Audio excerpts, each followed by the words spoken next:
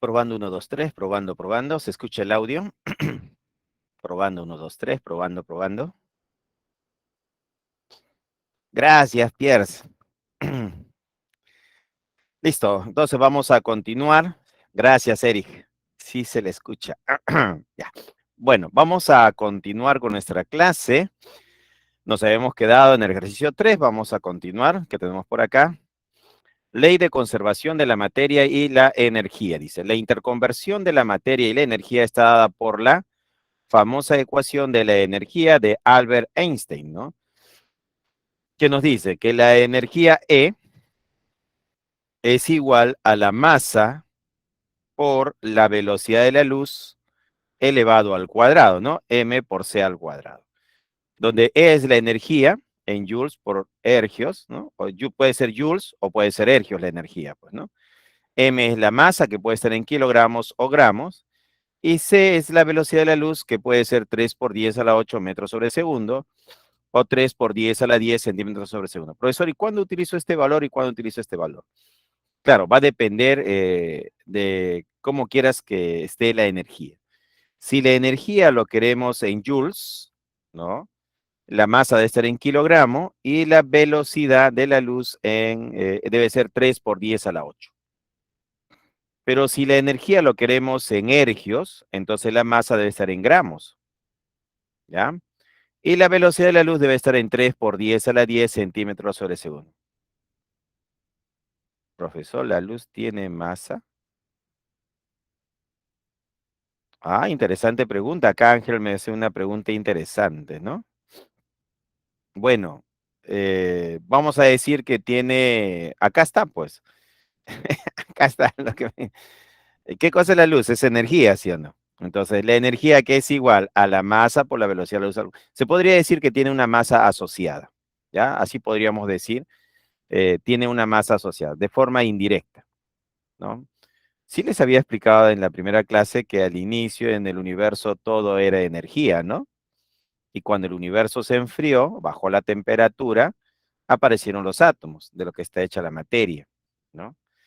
Entonces, diremos que la materia tal como lo que conocemos, ¿no? Está formada por átomos, ¿no? Interesante la pregunta de su compañero. Vamos a poner por acá.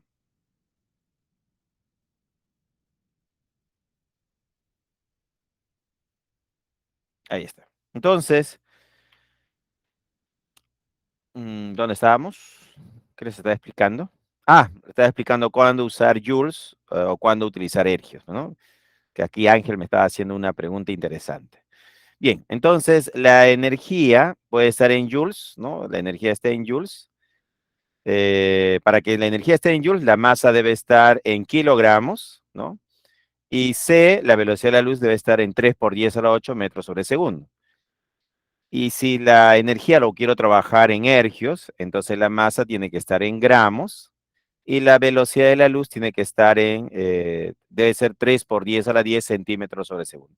Y en este caso utilizamos C, la velocidad de la luz, en, en centímetros sobre segundo para que la energía te salga ergios, pues, ¿no? ¿Sí? Bueno, seguimos entonces. Ah, mira, acá tenemos un ejercicio. Dice, los elementos como el uranio son estudiados por su capacidad de ser usados en la obtención de energía de tipo nuclear. Determine la masa en miligramos del uranio necesario para producir 4,5 por 10 a la 11 joules de energía. A ver, me está pidiendo acá el ejercicio, determine la masa, dice, en miligramos, entonces es lo que queremos. La masa, pero en miligramos de uranio necesario para producir esta cantidad de energía. Entonces nosotros decimos por fórmula, la energía que es igual a la masa por la velocidad de la luz al cuadrado, pues, ¿no? Ahí está. Como aquí la energía está en joules, yo puedo decir joules va a ser igual a la masa en kilogramos por la velocidad de la luz en metros sobre segundo elevado al cuadrado, ¿no? Así sería. Entonces, reemplazando datos, yo podría poner por acá que la energía es igual, ¿no? La energía es igual a la masa por la velocidad de la luz al cuadrado. Reemplazando datos sería 4,5 por 10 a la 11 joules. Sería igual a la masa por la velocidad de la luz. Pero la velocidad de la luz va a ser 3 por 10 a la 8, ¿no? Elevado al cuadrado. Entonces, ¿qué me va a salir acá? Me va a salir 3 al cuadrado es 9 y 8 por 2, 16, ¿no? Va a salir con 16 acá. Y esto todo va a pasar a dividir. Entonces va a ser 4,5 por 10 a la 11. Bueno, pero joules, ¿qué cosa era? Kilogramos por metro cuadrado sobre segundo al cuadrado. Todo esto dividido entre 3 al cuadrado, que es 9. 8 por 2 sería 16 metro cuadrado sobre segundo al cuadrado. Se cancela metro cuadrado sobre segundo al cuadrado y me queda kilogramos. Entonces acá yo podría decir que la masa, ¿cuánto me sale la masa? La masa operando, ¿no? Se tendría que dividir 4 por 10 a la 11 entre 9 por 10 a la 16. Operando todo eso, me va a salir, ¿no? 5 por 10, ¿no? 5 por 10 a la menos 6 kilogramos. 5 por 10 a la menos 6 kilogramos.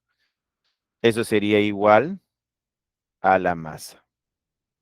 Pero yo no quiero kilogramos, el programa me está pidiendo miligramos. Entonces acá está el problema, miligramos. Entonces nosotros decimos acá 5 por 10 a la menos 6 kilogramos multiplicado por factor de conversión. Un kilo es 10 al cubo. Gramos, gramos. Kilogramos se va con kilogramos. Pues yo no quiero gramos, quiero miligramos, factor de conversión. Un mili es 10 a la menos 3. Gramos, gramos. Se cancela gramo con gramo y ya me quedó miligramo. 10 a la menos 3 sería 3 menos menos 3, sería 10 a la sexta. Con 10 a la menos 6 se cancela, pues, ¿no? Entonces, ¿cuánto me va a quedar acá? Me va a quedar 5 por 10 a la menos 6 más 3. Y este menos va a ser menos menos 3. Y todo esto sale en miligramos. Va a ser 5 por 10. Menos por menos más sería 3 más 3, 6 menos 6, 0. 5 por 10 a la 0 miligramos. Y 10 a la 0 es 1. 5 por 1 es 5. La respuesta sería la D, ¿no? 5 miligramos. La D es la respuesta. La D. Ahí está.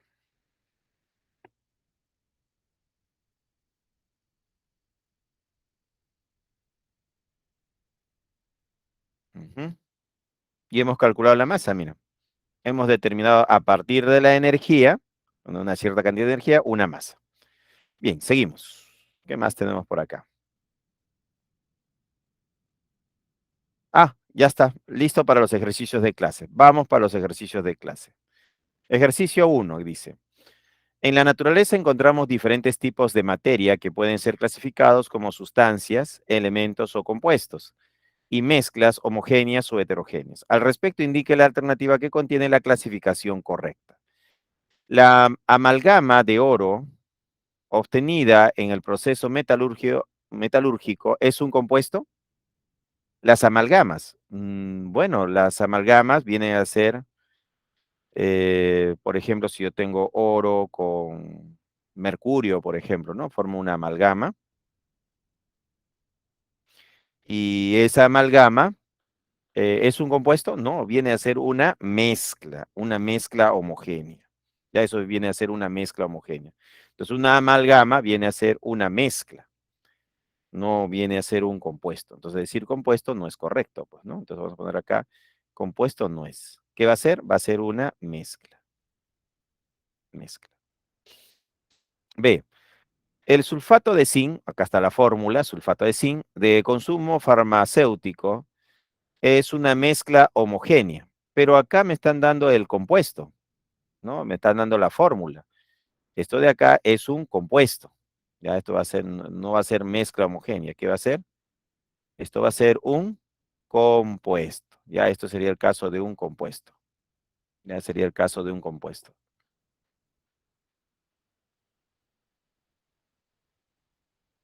Entonces ponemos acá que esto de acá es un compuesto. Dice, el ozono O3, encontrado en la estratosfera, Es una sustancia compuesta. Para que sea una sustancia compuesta debe estar formado por dos átomos diferentes, de dos elementos diferentes, que pertenezca a dos elementos diferentes. Pero el ozono solo está formado por átomos de oxígeno. Y si está formado por átomos de oxígeno, ¿no? Por átomos de oxígeno, es una sustancia elemental. ¿Ya? Entonces no es una sustancia compuesta, como dice acá, pues no es considerado una sustancia compuesta, sino es considerado una sustancia elemental. Ahí está. La gasolina. ¿Pero qué cosa es la gasolina? Bueno, la gasolina tiene pentano, la gasolina tiene hexano, la gasolina tiene heftano, la gasolina tiene octano, la gasolina tiene nonano, la gasolina tiene decano, la gasolina tiene alundecano y la gasolina tiene aldodecano. Profesor, ¿qué es eso? Son hidrocarburos. Tenemos acá el pentano, hexano, heftano, octano, nonano, decano, undecano, decano. Entonces, la gasolina es una mezcla. Es una mezcla. Ya es una mezcla de varios hidrocarburos, desde el pentano hasta el dodecano. Dice, la gasolina producida por destilación fraccionada es una mezcla homogénea. Claro, cuando tú ves la gasolina parece un líquido amarillo, medio amarillento.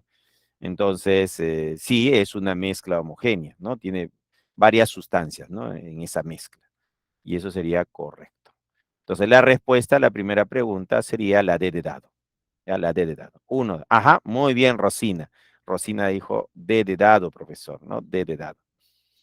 Muy bien, vamos. Problema número 2. Dice, el óxido de cobre es un mineral que para ser lixiviado se le agrega ácido sulfúrico, obteniendo una solución acuosa de sulfato cúprico.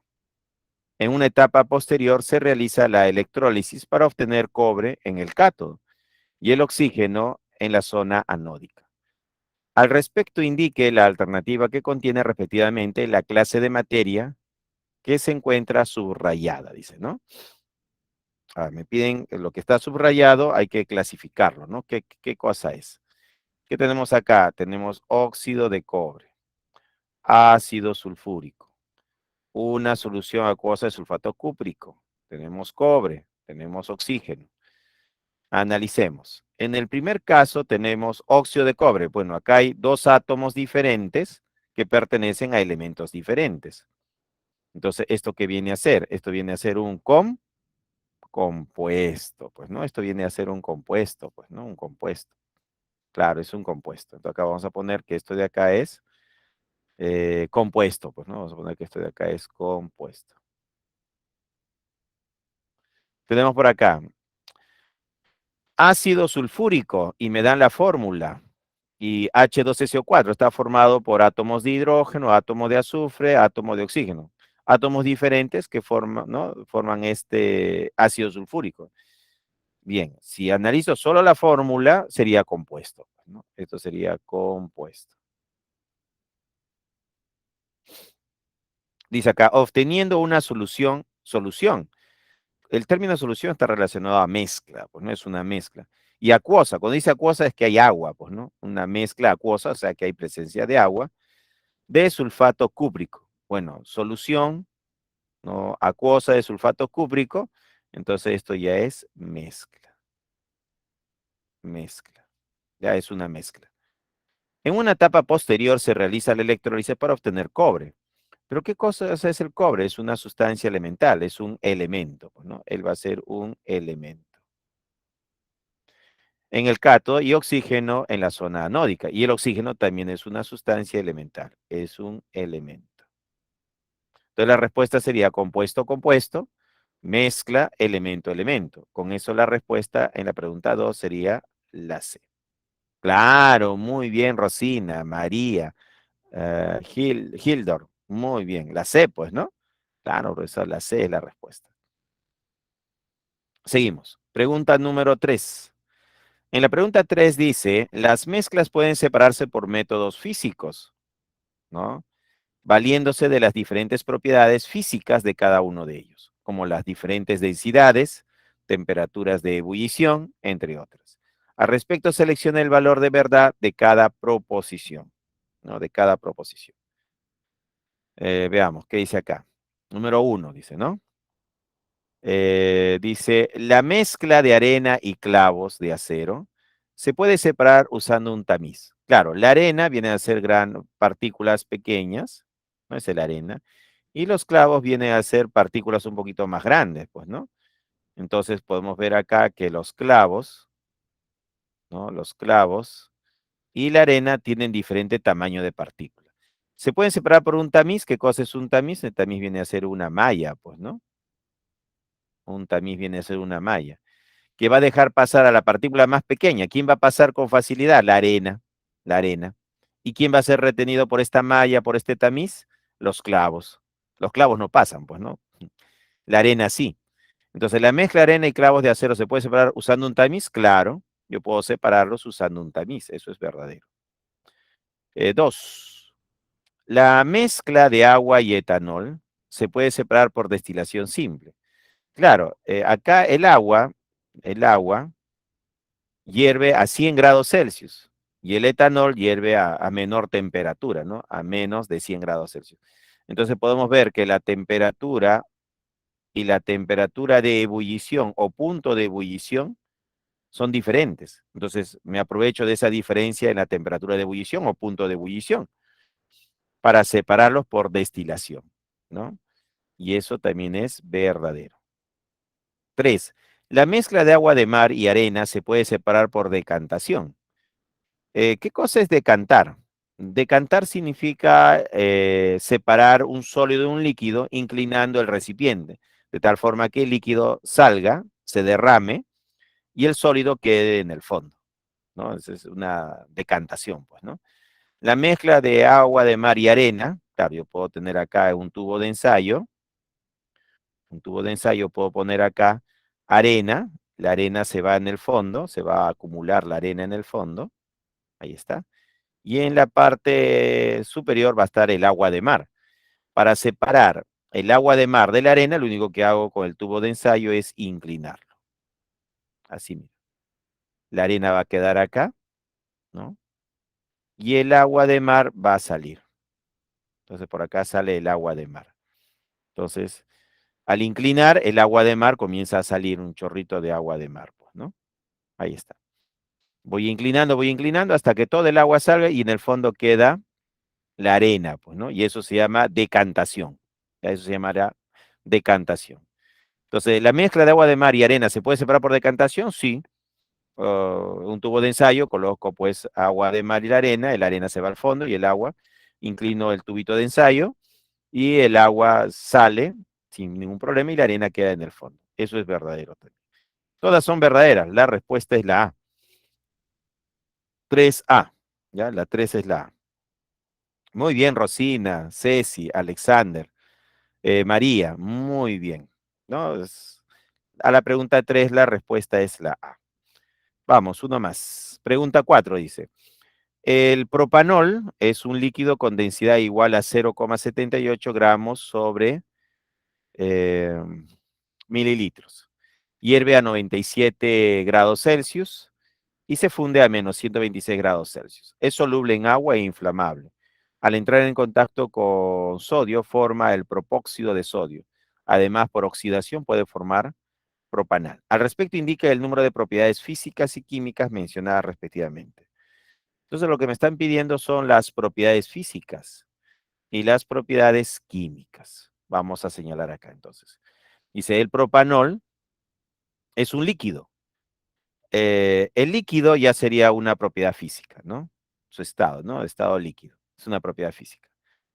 Con densidad igual a 0,78, pero la densidad también es una propiedad física. Entonces, la densidad igual a...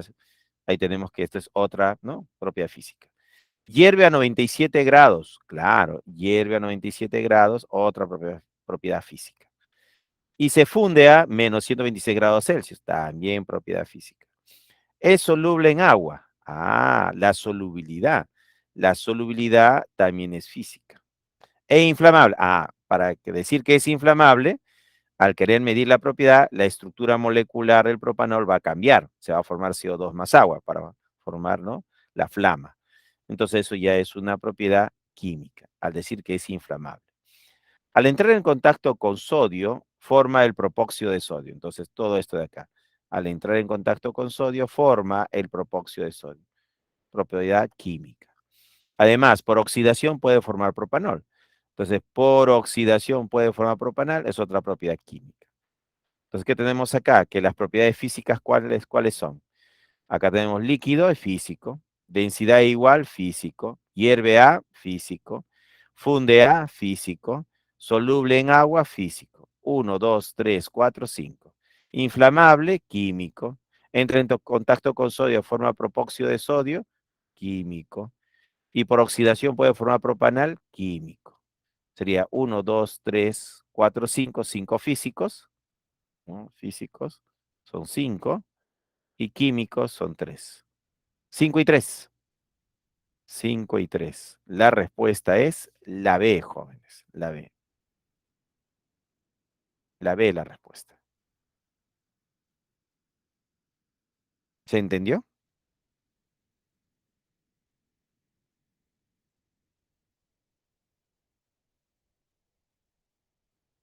Ceci dice sí, profesor.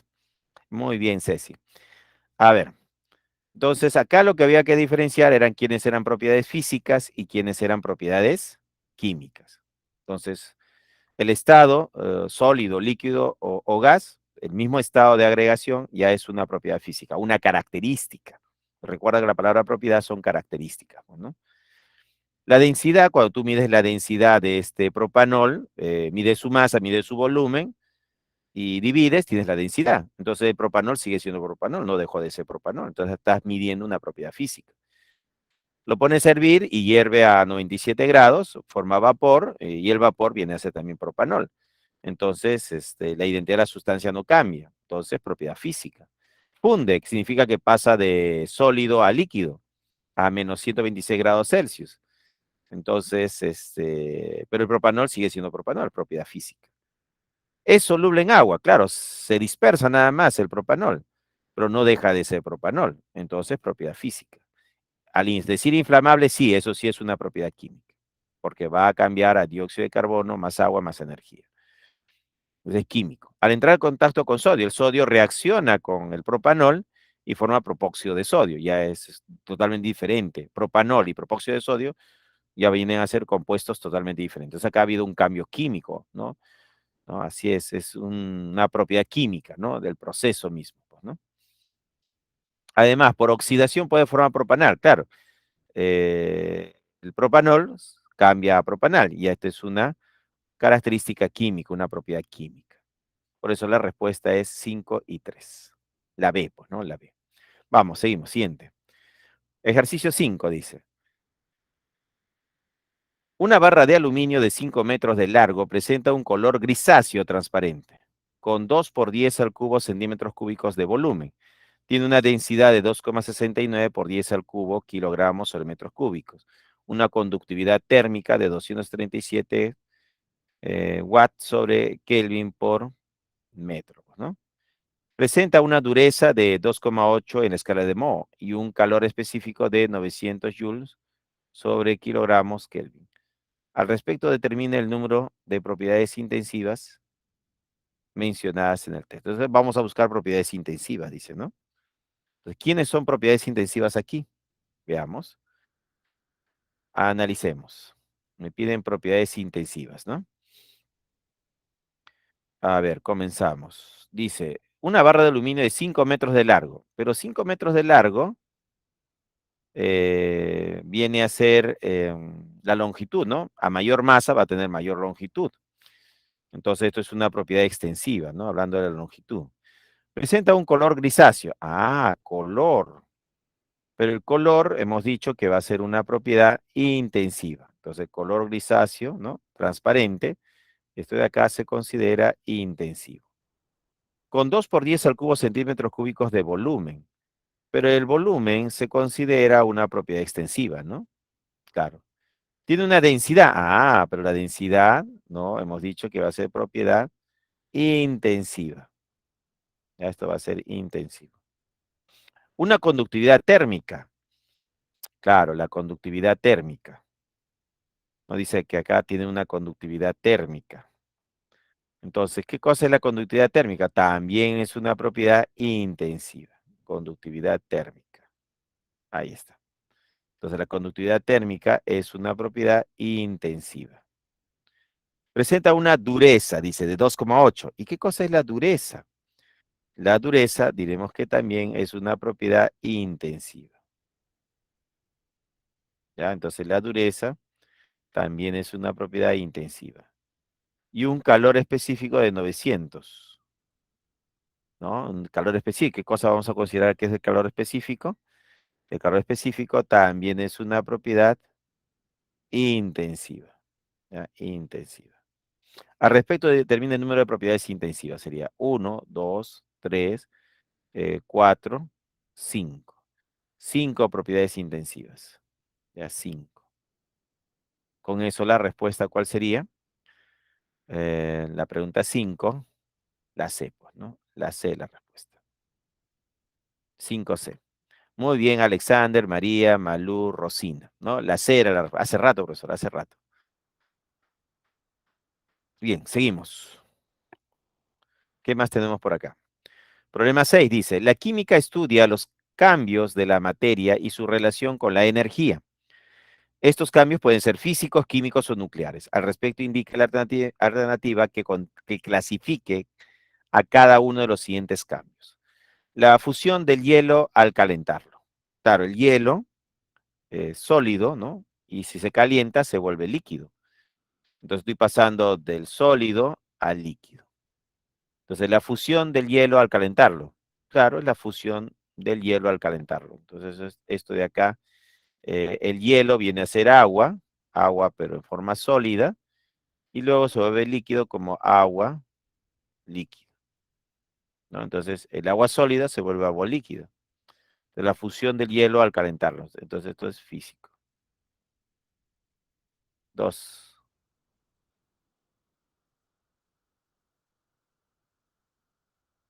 La disolución de cloruro de sodio en agua, en otras palabras, agua salada.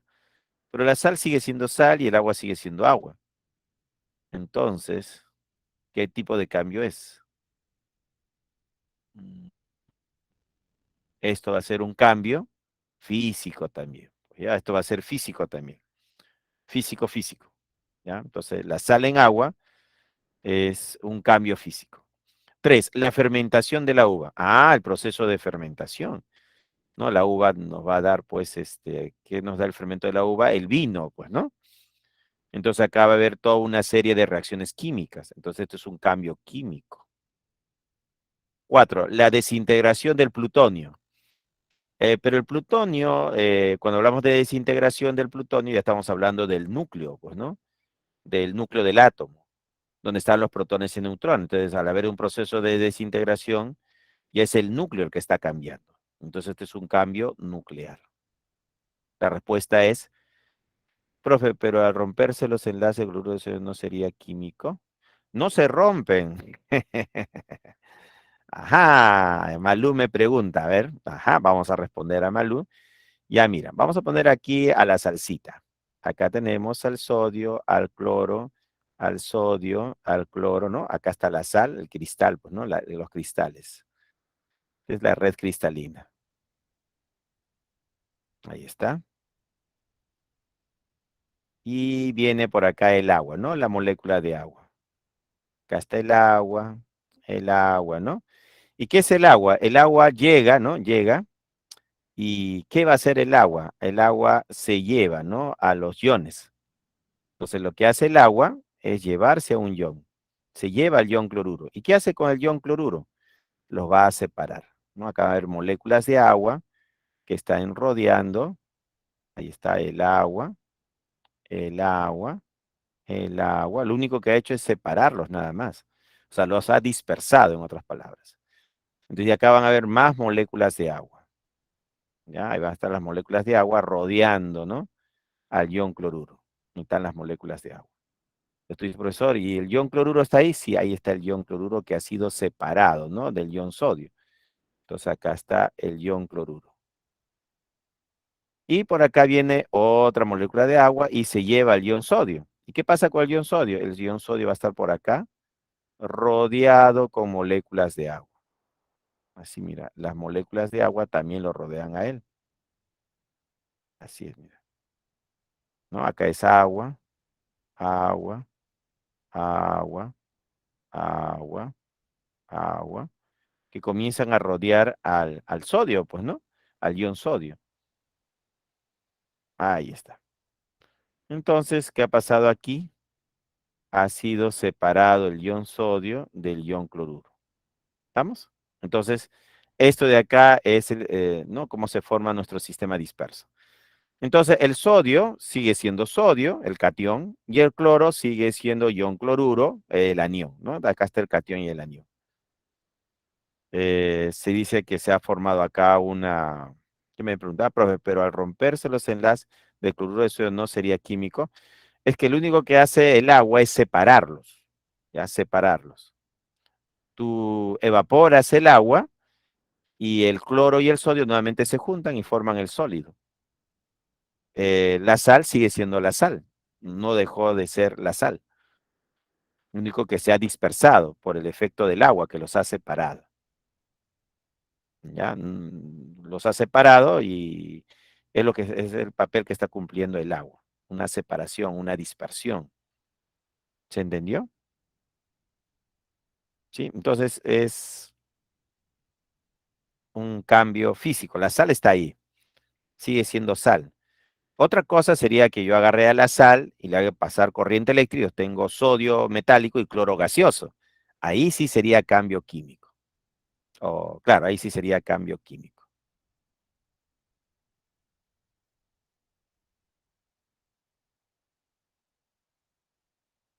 El compuesto.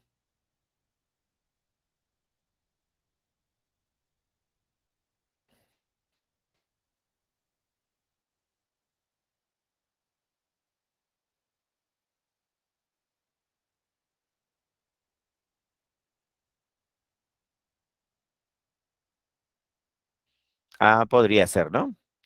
La disolución del cloruro de sodio en agua, pues, ¿no? Bueno, habría que, ¿no? Ver el mecanismo, pues, ¿no? De cómo ocurre esta disolución. Es el agua que comienza a separar grano por grano, ion por ion, del sólido, pues, ¿no? Y los dispersa. Y el sodio y el cloro están ahí.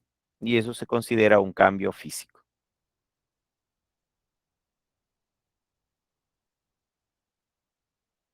Listo. ¿Cuál sería la respuesta de la 6 entonces?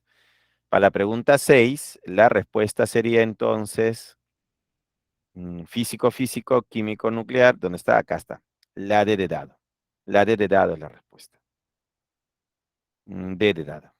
Seguimos. Problema 7, ¿qué dice? El perclorato de potasio es una sal oxisal que se utiliza mayormente como oxidante para realizar la elaboración de pirotecnia y explosivos. Determina el calor en kilojoules requerido para elevar la temperatura de 100 gramos de perclorato de potasio de 40 grados Celsius a una temperatura de 140 grados Celsius, ¿no?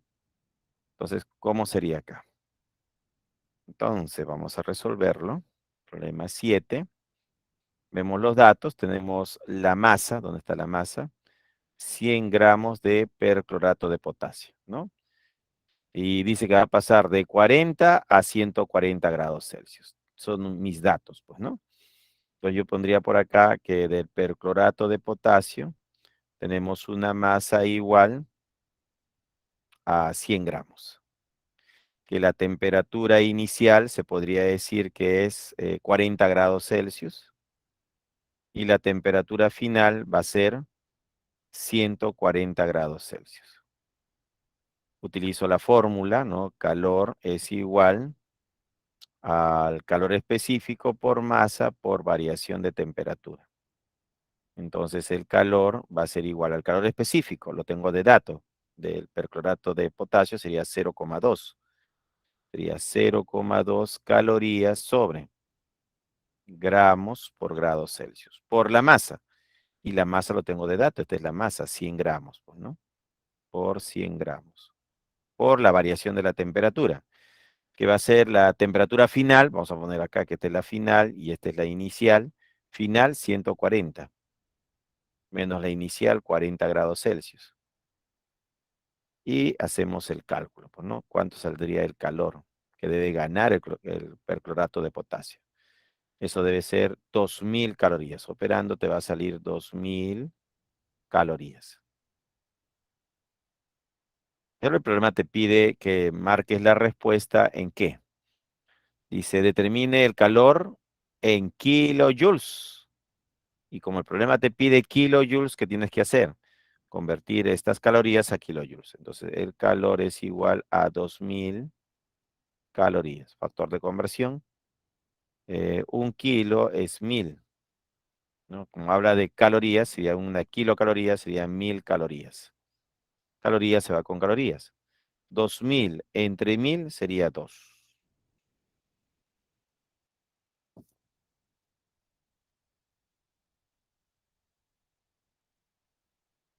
Mm, es kilojoules lo que me está pidiendo el problema.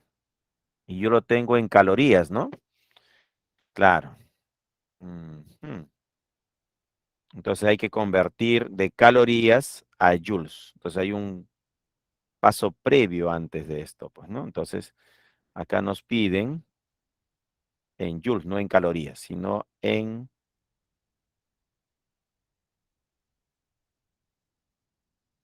Ahí está. Entonces acá lo que me estaban pidiendo es en kilojoules, ¿no? Kilojoules nos piden. Entonces, pero acá está en calorías. Entonces utilizo esto de acá como factor de conversión. ¿Qué digo? Una caloría equivale a 4,18 joules. Calorías se va con calorías. Listo. Entonces el calor a qué va a ser igual. Ahora ya está en joules. Claro, ahora ya está en joules. Pero no me piden joules, me piden kilojoules. Digo, profesor, pero yo quiero kilojoules. 1 kilo equivale a 10 al cubo. Por joules, por joules. Se cancela joules con joules. Entonces, en kilojoules, ¿cuánto sería esto? Operando, me va a salir, hay que operar esta parte de acá. Me va a salir 8,36, ¿no? 8,36 kilojoules. Así es, 8,36 kilojoules. Y con eso, la respuesta sería la D de dado. La D de dado es la respuesta. 8,36 kilojoules. ¿Ya? Entonces, nos pedían qué cosa, kilojoules, pues, ¿no? En kilojoules la respuesta. La D. La D sería la respuesta.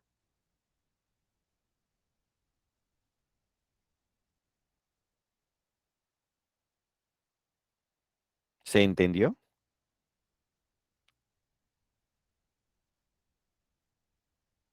María dice sí, Aisha dice sí también, ¿no? Muy bien, vamos a continuar. Problema número 8, ejercicio 8, dice, ya hay clave ya, Pierre, la D, profesor, la D. Muy bien, Pierre, ya se adelantó, Pierre. Dice, profesor, la 8 sale la D, profesor. ¿Ya? Bien, vamos a resolver el problema 8, ¿no? ¿Qué nos dice el problema 8? Ponemos por acá. Los procesos de transferencia de calor involucran el paso del calor de un cuerpo caliente a uno frío por un gradiente de temperaturas. En un proceso de calentamiento se utiliza un recipiente que contiene 100 gramos de agua. Acá está el dato, mira. Tenemos 100 gramos de agua a 20 grados Celsius. Luego se introduce en esta un trozo de hierro, acá está, de 50 gramos a una temperatura de 80 grados Celsius. Determine la temperatura final en grados Celsius cuando se alcanza el equilibrio térmico. Muy bien. Entonces, lo que voy a analizar acá, ¿qué voy a analizar? Las temperaturas. Bueno, acá está 20 y acá está 80. Claro, está 20 y 80, me dan de datos, pues, ¿no? 20 grados y 80 grados. Entonces, yo voy a decir por acá, tengo dos temperaturas. Una temperatura que está a 20 grados y otra temperatura que está a 80 grados. De 20 va a calentarse hasta una temperatura de equilibrio y de 80 se va a enfriar hasta una temperatura de equilibrio. Diremos que esta sería la temperatura inicial y esta sería la temperatura final para este caso. Y para este caso, esta sería la temperatura inicial y esta sería la temperatura final, ¿no? Inicia con 20 y termina con una temperatura que no sé cuánto es. Entonces acá hay un calor ganado. Inicia con 80 y termina en una temperatura de equilibrio. Y esto es calor perdido. ¿Ya? Así es. ¿Qué necesitamos de acá? Las variaciones, pues, ¿no? La variación de temperatura para el calor ganado sería la temperatura final menos la temperatura inicial. Entonces, la variación de temperatura sería temperatura final, que es la temperatura de equilibrio, menos la temperatura inicial, que es 20 grados Celsius. Para el segundo caso, ¿qué tendríamos aquí? Que la variación de temperatura es igual a la temperatura final menos la temperatura inicial. Entonces, la variación de la temperatura sería la final, que es la temperatura de equilibrio, menos la inicial, el parte con 80 grados Celsius, pues, ¿no? Listo, ya tengo las variaciones de temperatura.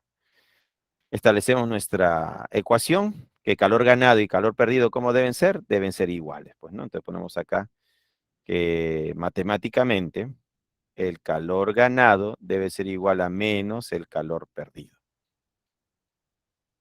¿Pero qué cosa es el calor ganado? Es el calor específico por masa por la variación de la temperatura. ¿Y qué cosa es el calor perdido? Es el calor específico por masa por la variación de temperatura. ¿Ya? Entonces tenemos calor específico. ¿Quién está ganando? Veamos. Está ganando el que está más frío. En este caso, el agua, pues, ¿no? El agua está a menor temperatura. Entonces sería el calor específico del agua, aquí, la masa del agua, ¿no? ¿Y quién está perdiendo? El que está más caliente, pues, ¿no? 80 grados Celsius sería el hierro. Entonces sería el calor específico del hierro y la masa del hierro. Reemplazando datos. Calor específico del hierro. Acá está el calor específico del hierro. 0,1. ¿Ya? Calorías sobre gramos por grado Celsius. Por la masa del hierro. El hierro tiene una masa de 50 gramos. 50 gramos. Por la variación de la temperatura. Para el caso del hierro, que es el que está... Ah, no. Mm, Acá es calor ganado. ¿Quién está ganando? El que está ganando, ¿quién es? El agua, pues, ¿no? Y el que está perdiendo es el hierro. Está al revés. Otra vez. Vamos a ver.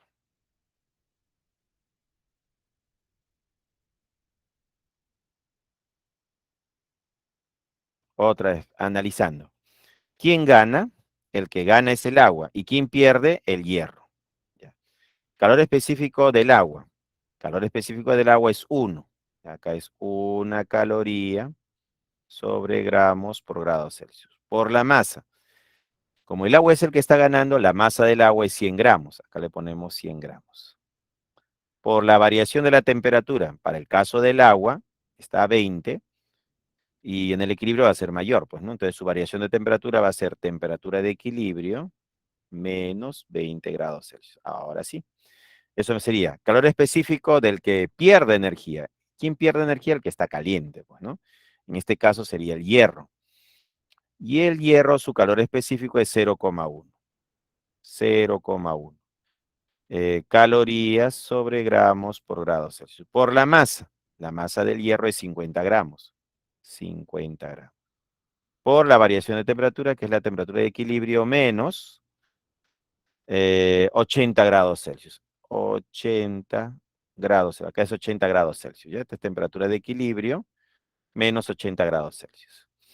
¿Qué se cancela acá? Caloría con caloría, gramo con gramo, grados Celsius con grados Celsius. Tenemos acá masa en gramos y gramos, 50 queda 1, 50 queda 2. Sería 2 veces la temperatura de equilibrio y 2 por 20 sería menos 40 grados Celsius. Igual, 0,1 por temperatura de equilibrio sería 0,1, pues no sería menos 0,1 la temperatura de equilibrio. Menos por menos me da más, pues no, más. Y 0,1 por 80, porque este es un 80, sería 8. Y esto estaría en grados Celsius, ¿no? 80. Ahora, este 40 pasa acá a sumar, sería 40 más 8, sería 48. Y este 0,1 pasa acá sumando, sería 2,01, 2,1 sería, ¿no? 2,1 la temperatura de equilibrio. Ahí está. 2,1 la temperatura de equilibrio sería igual, ¿cuánto era acá? 40 más 8 era 48 grados Celsius. Entonces, la temperatura de equilibrio hay que operar. Es 48 entre 2,1. ¿Cuánto sale eso? ¿Cuánto es 48 entre 2,1? Eso me daría 22,85. 22,85. ¿No? 22,85. Entonces, la temperatura de equilibrio sería 22,85 grados Celsius, ¿no? De ahí sale la temperatura de equilibrio. Aproximadamente 22,9, pues, ¿no? Y eso sería la respuesta, la D de dado. 8D, ahí está. Todos dicen la D, profesor, la D, la D. ¿Se entendió? ¿Sí? ¿Se está entendiendo? Killer dice sí, dice Vicente. Damaris también dice sí, Pierre dice sí. Bien, vamos, la 9 ya, Pierre ya marcó la 9 también. Muy bien, Pierre. Ejercicio 9 dice, en 1939 Einstein envió una carta al presidente de Estados Unidos, Franklin Delano Roosevelt, advirtiendo que el régimen de Hitler estaba avanzando en investigaciones sobre reacciones nucleares en cadena y podría desarrollar bombas atómicas. El 9 de agosto de 1945 se lanzó una bomba atómica sobre Nagasaki, liberando 108 terajoules, ¿no?, de energía, pues, ¿no? Determina el rendimiento del proceso asumiendo que los científicos aliados esperaban una reacción nuclear completa de 2,4 por 10 al cubo miligramos de plutonio. Muy bien. Entonces lo que vamos a hacer es esta masa convertirlo en kilogramos, ¿no? Para poder trabajarlo. Entonces yo tengo de dato 2,4 por 10 al cubo miligramos de plutonio. Voy a eliminar a mili. Mili vale 10 a la menos 3 por gramo, se da miligramo con miligramo. 1 kilo equivale a 10 al cubo, por gramo, y se cancela gramo con gramo. Y tendríamos acá 10 al cubo, ¿no? 1 mili es 10 a la menos 3 y 1 kilo 10 al cubo. Ya está en kilogramos. ¿Cuánto sería esto entonces? Operando sería 2,4 por 10 elevado a la cuánto. 10 al cubo y 10 a la menos 3 sería 3 menos 3, 0. 10 a la 0 es 1. Este 10 subiría como 10 a la menos 3, pues, ¿no? 10 a la menos 3 kilogramos. 2,4 por 10 a la menos 3 kilogramos es la masa. Entonces ya puedo calcular la energía. La energía sería igual a la masa por la velocidad de la luz al cuadrado. Entonces la energía es igual a la masa, 2,4 por 10 a la menos 3 kilogramos. Por la velocidad de la luz, que me dan de dato, que es 3 por 10 a la 8 metros sobre segundo, elevado al cuadrado. Entonces la energía sería igual a 2,4 por 10 a la menos 3 kilogramos. 3 al cuadrado es 9. 8 por 2 es 16 metro cuadrado sobre segundo al cuadrado. Hay que operar. ¿Cuánto es 2,4 por 9?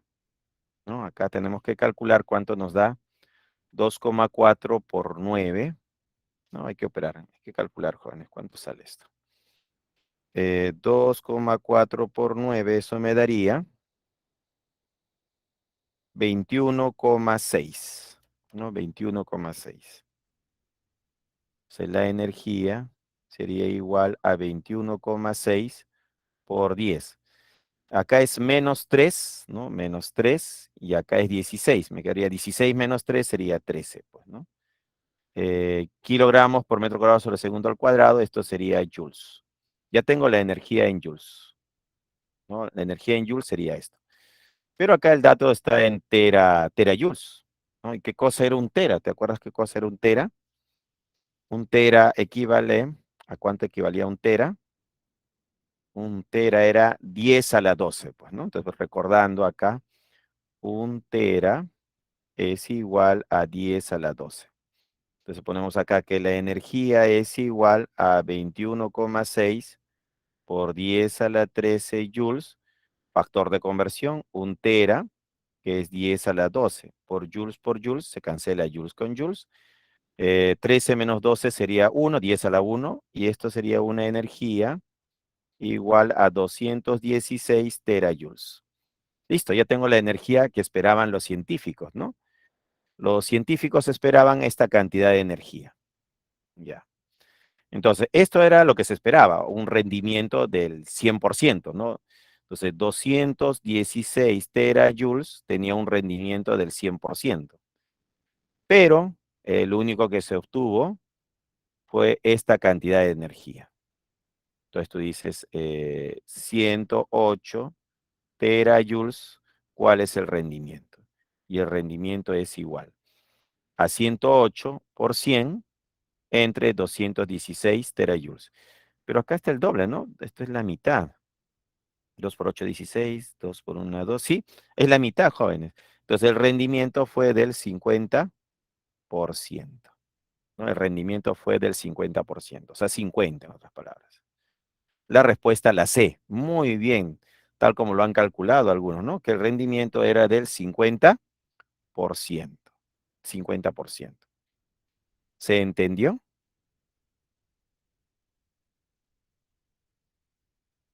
Claro, pues, o sea, los científicos pensaban que toda la masa se iba a transformar en energía. Entonces he calculado, pues, si tengo la masa, puedo calcular la energía. Entonces la energía de que debía haberse producido era 216 terajoules. Pero lo que realmente se ha liberado es solamente 108, que es la mitad. Y si es la mitad, el rendimiento es del 50%. Ya, el 50%.